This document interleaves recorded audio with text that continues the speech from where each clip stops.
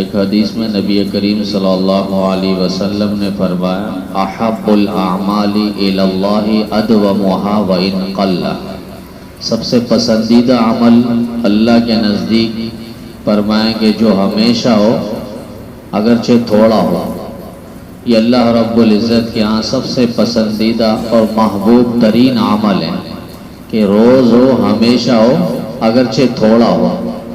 فرمایا اس کے اندر ایک لحاظ سے فرما برداری ہمیشہ رہتی ہے، روز تھوڑا ہو اس کے اندر ہمیشہ فرما برداری رہتی ہے، اور محبت کے دروازے پر اور دہلیز پر یہ شخص چکر لگاتا رہتا ہے۔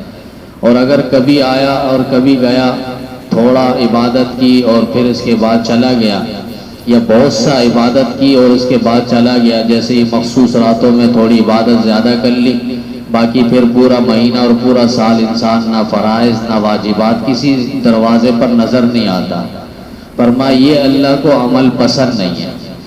اللہ کو عمل کون سا پسند ہے؟ فرمایا جو ہمیشہ ہو اگرچہ تھوڑا ہو، یعنی فرائض اور واجبات یہ تو پورا پڑھنا ہے اور یہ پورا ادا کرنا ہے۔ تھوڑا سا مراد یہ کہ فرمایا کہ جو نوافل ہیں ان کے اندر کبھی تھوڑا پڑھ لیا کبھی زیادہ پڑھ لیا، یہ اللہ رب العزت کو فرمائے کہ یہ شخص بے حد پسند ہے۔ حضرت امام اعظم ابو حنیفہ رحمۃ اللہ علیہ روزانہ 200 رکعت نفل پڑھتے تھے، روزانہ 200 رکعت۔ فرماتے کہ مجھے ایک عورت نے دھوکہ دیا اور دوسرے عورت نے مجھے عابد بنایا۔ عورت جس نے دھوکہ دیا وہ بوڑھیا عورت تھی، روڈ پہ کھڑی تھی گھٹیا لے کے اور گٹری لے کر امام اعظم ابو حنیفہ رحمۃ اللہ علیہ دور سے آ رہے تھے۔ دیکھا یہ خاتون ہے، بوڑھی ہے، اس کے ہاتھ پہ بھی سامان ہے، کندھے پہ بھی اور زمین پہ بھی سامان رکھا ہے۔ قریب ہونے پر اس بڑھیا نے اشارہ کیا کہ اس کو پکڑو، اٹھاؤ۔ تو امام اعظم ابو حنیفہ رحمۃ اللہ علیہ نے اس گٹری کو جیسی اٹھایا تو بڑھیا نے کہا کہ اب جس کا ہے سامان اس کو تم پہنچا دو۔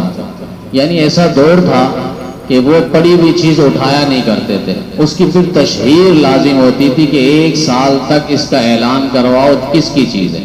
اور آج تو انسان جا رہا ہے بینک سے پیسے نکال کر یا موبائل لے کر یا کہیں بھی جا رہا ہے تو اس کو کس طریقے سے لوٹ مار کر کے وہ پیسے، وہ موبائل، وہ چیزیں کس طرح لے کر نکل رہے ہیں۔ وہ پاکیزہ ایک لحاظ سے دور تھا کہ پڑی ہوئی چیز بھی ہو اگرچہ قیمتی چیز ہے، لیکن امام اعظم ابو حنیفہ رحمہ اللہ فرمانے لگے اس خاتون نے مجھے دھوکہ دیا کہ اب یہ سامان آپ کے حوالے، اب جس کی یہ چیز ہے اس کو واپس لوٹانا یہ آپ کی ذمہ داری ہے۔ یہ تو خاتون نے، امام اعظم ابو حنیفہ فرماتے کہ مجھے ایک خاتون نے دھوکہ دیا، یہ دھوکہ ہے۔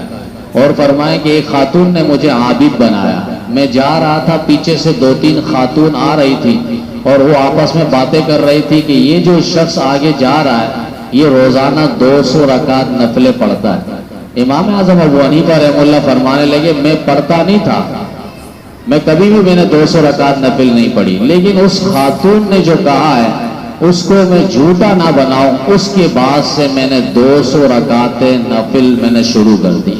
تو وہ لوگ تھے اور ان کی زندگی بھی ایسی تھی، اللہ تعالیٰ نے ان کی زندگیوں میں ایسی برکتیں رکھی ہیں، پھر ان کے قصے اور واقعات رکھیں گے۔